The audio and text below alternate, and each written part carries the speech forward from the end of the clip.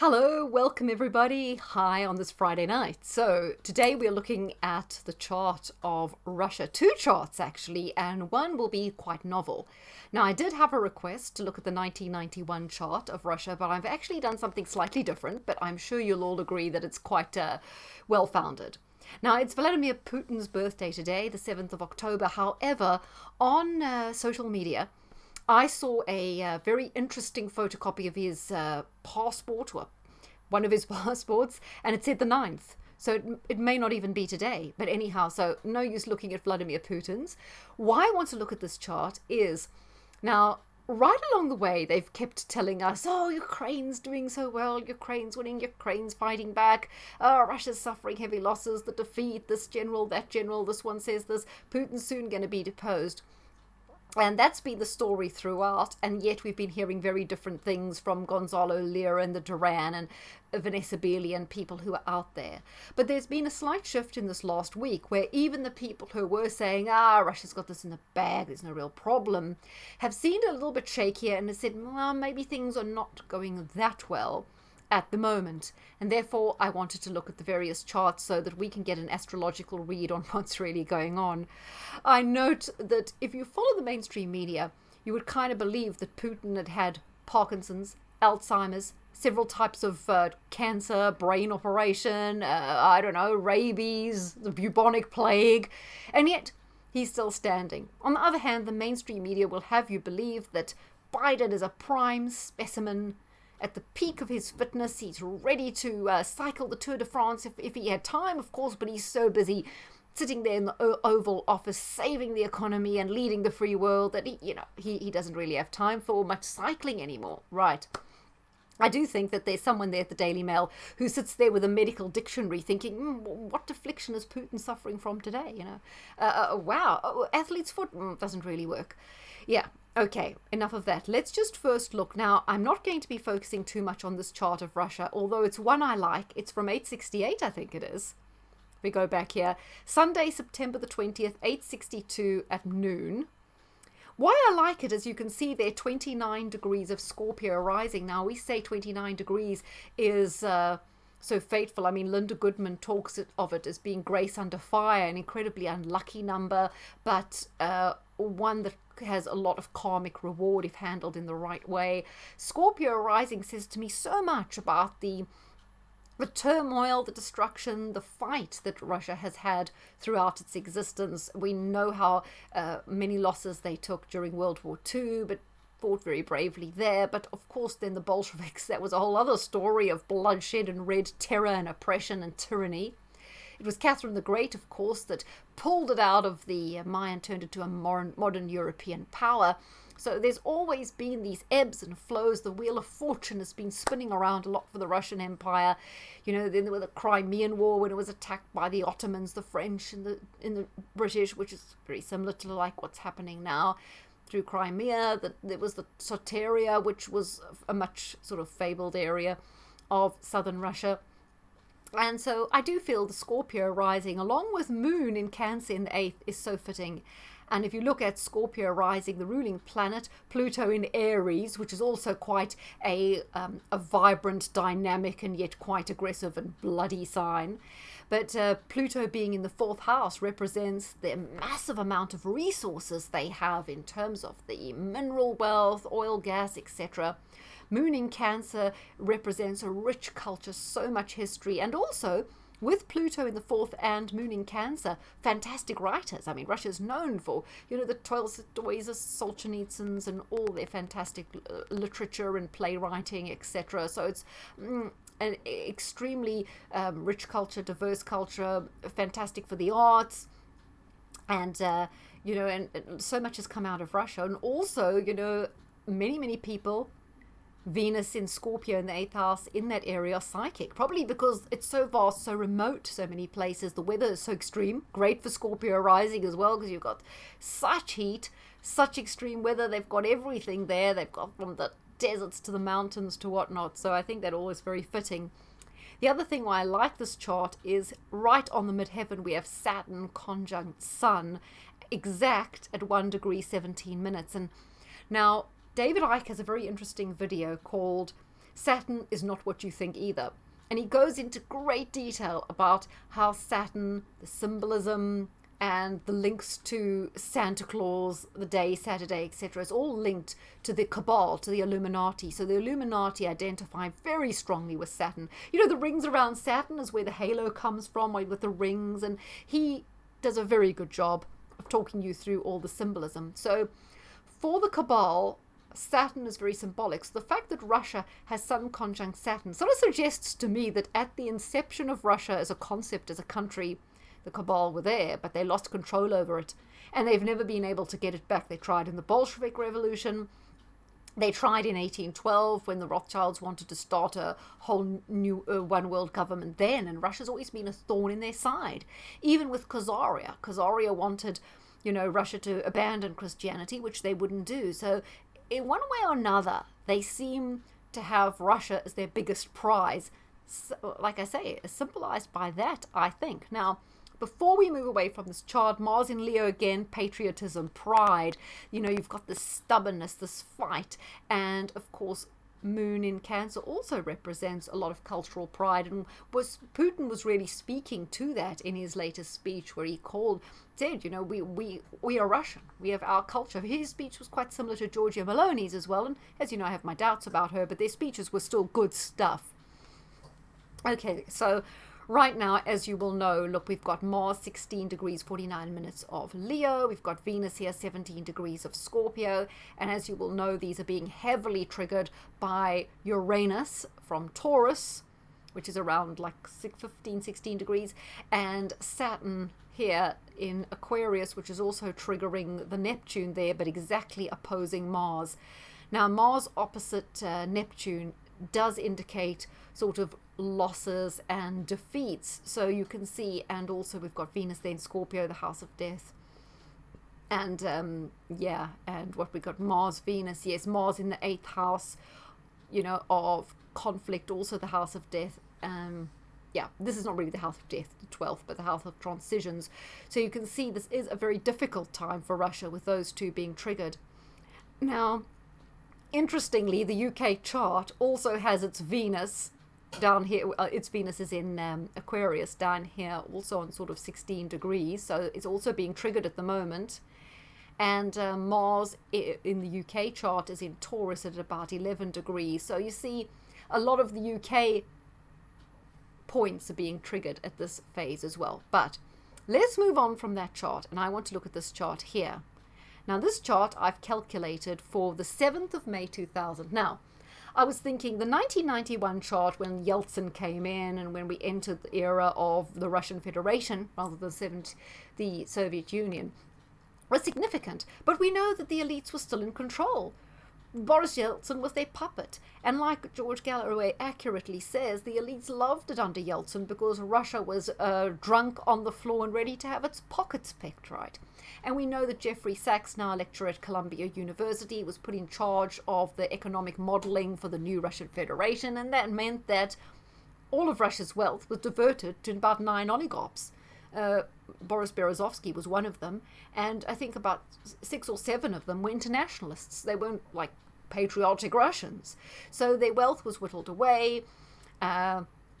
Their whole structure left it wide open for abuse, and that's how they loved it, because they could turn it into another globalist mismatch where they could do what they're doing with the rest of the countries. You know what that is. So there was a distinct new era when Putin took control, and that was on the 7th of May 2000. Now, I've put this chart for Moscow for 12 noon because I've seen when he was last inaugurated, I think it was the year 2000, there must have been an election. It specifically says on Wikipedia that the time he was inaugurated was noon Moscow. So it seems a ritual in Russia where on the 7th of May, the new president gets inaugurated. So this is when things really changed for Russia. Look at this chart. 7 May 2000, and as I say, it's 12 p.m.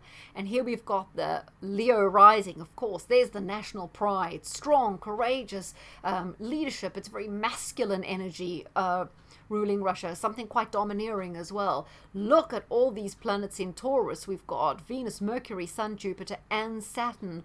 Taurus represents traditional values. So I do believe that there is a strong impetus under Putin for these traditional values. It also means, with Jupiter conjunct Saturn, increased prosperity, and he has. He's totally overhauled Russia, which wasn't easy to do. It's not easy to control a superpower of such a vast country. The standards of living have risen, average wages have risen. Although a lot of people will call it a gangster state, and it's not quite a capitalist society. Well, what is? I mean, none of us are really having a true free market society, are we? It's always corruption of one way or another. Even right now, the ruble is at its highest in 6 years. If you look at what he's done for the country, he has transformed it, he's given it its self-respect back, and it has become a world superpower once more. So you see all these things with representing the prosperity in Taurus, and this is a very stubborn country. This is a hard nut to crack. I mean, with all those planets in Taurus, plus your Leo rising, and that also these planets here in fixed sign Aquarius, that's Neptune and Uranus, this is a strong unit, right? A very strong, solid, resilient, robust unit that's going to be very hard to take down. The ruler of the midheaven, Aries, ruler Mars, is in Gemini. Kind of indicates to me that Russia have played both sides. They've been willing to ally with China. They've been willing to ally with America. Their whole aim is not to be confrontational, but to use confrontation if necessary. And I think Putin has shown a lot of patience. He didn't march into Donbass 8 years ago. Some people say, why didn't he? Well, the time wasn't really right. Would you have done it before? No. Why do it now when they've got a weak leader in America like Biden, when the West are under so much pressure because after COVID with the economy? It made sense to kind of do it now. Plus, I believe that there was going to be a NATO onslaught when there could have been a genocide, a NATO-backed onslaught with Zelensky. There could have been a genocide, so he was kind of pressured into it, right? Not that there weren't already genocidal acts taking place. But what's interesting is we have here Sun, Jupiter, and Saturn all on, well, the Sun and Jupiter is a very strong conjunction, right? That's within a minute, which, again, indicates that this country's going somewhere. Look, Sun is the ruling planet. Conjunct Jupiter, conjunct Saturn, this is a sign of a country that's going to become incredibly powerful and prosperous and rise, right? I should have just checked the fixed stars as well, because Taurus is full of rather malevolent fixed stars. So I should have prepared something to say about that. Maybe I can just now. But anyhow, so Sun, Jupiter on 17 degrees of Taurus, Saturn on 19 degrees, and the ascendant is on 15 degrees of Leo. You've got Uranus there, 20 degrees of Aquarius. Now, this is all being triggered right now because Saturn in Aquarius is going to square, it's squaring Saturn up there, it's going to square Sun, Jupiter, all right, as it goes retrograde.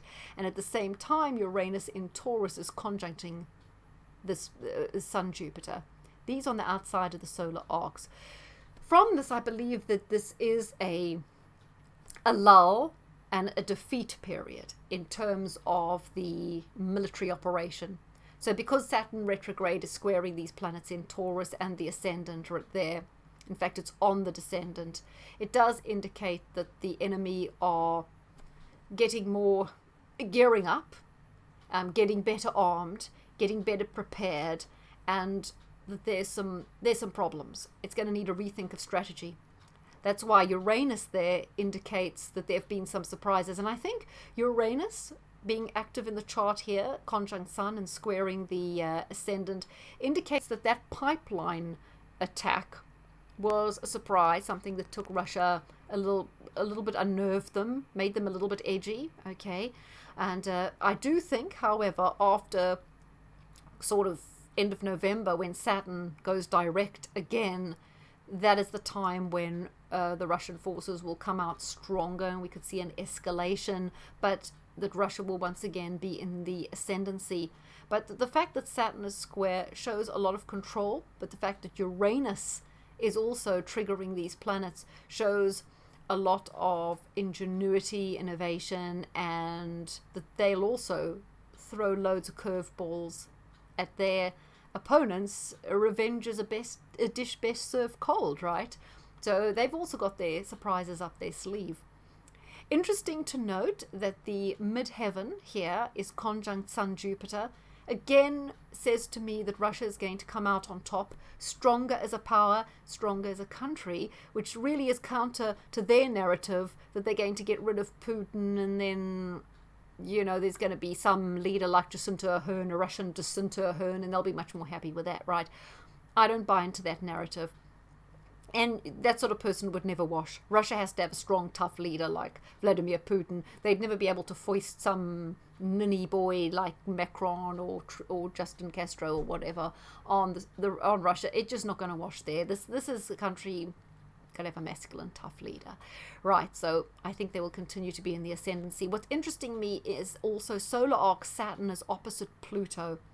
Now, Pluto here in the 5th house, that does indicate to me that young people in Russia are probably quite worried about being conscripted. And also I think the young are more influenced by TikTok, social media.